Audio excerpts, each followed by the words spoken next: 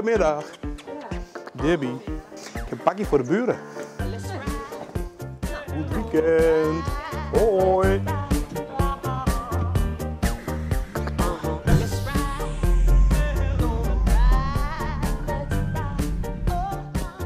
La la la la la la la la la la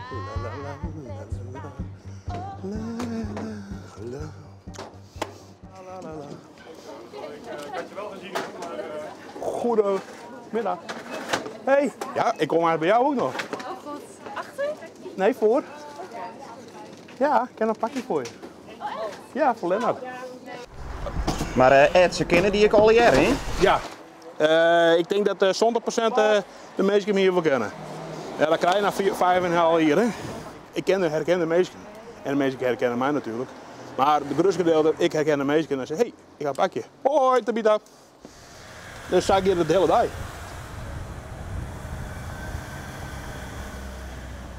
Hoe nemen de meesten die ik wil? Gewoon het pakket. Dan ben een, ja, de ene het of eetje of vooral als ik op school kom, de kleine scholen aan, dan is het hey, eetje pakketje. Dat is juist het leukste van het vak, iedere herkent je. Ja, en vanuit daar weg is het, ja, weet je, het is mijn voldoening gewoon om het eigenlijk om het pakketje te bezorgen. En dat is voor mij gewoon het leukste werk. We hebben hele korte stukjes hier te rijden, dus voor deze kijken dat het thuis is.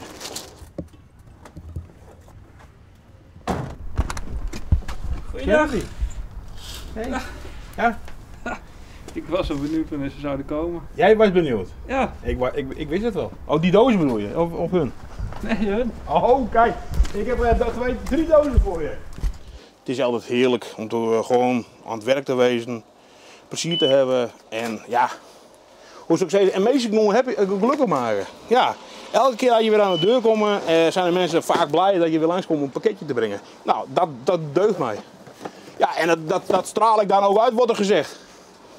Ik doe gewoon mijn werk, vind ik gewoon op dat moment. En ja.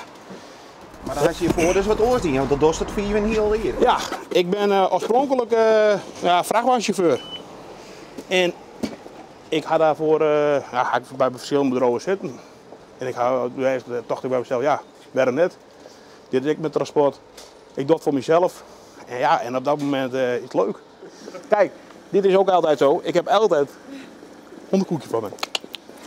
Zitten. Ga zitten. Goed zo. Ja, ik moet zuur wat tegen Sinterklaas.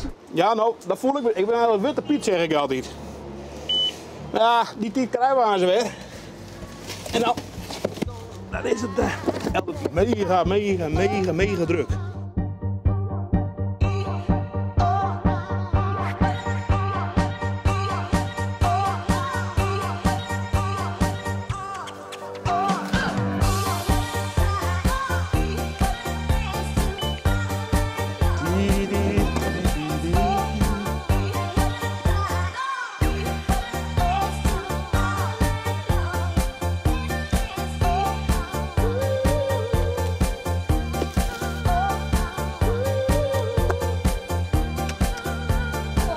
Hij goeie, pak je voor jou.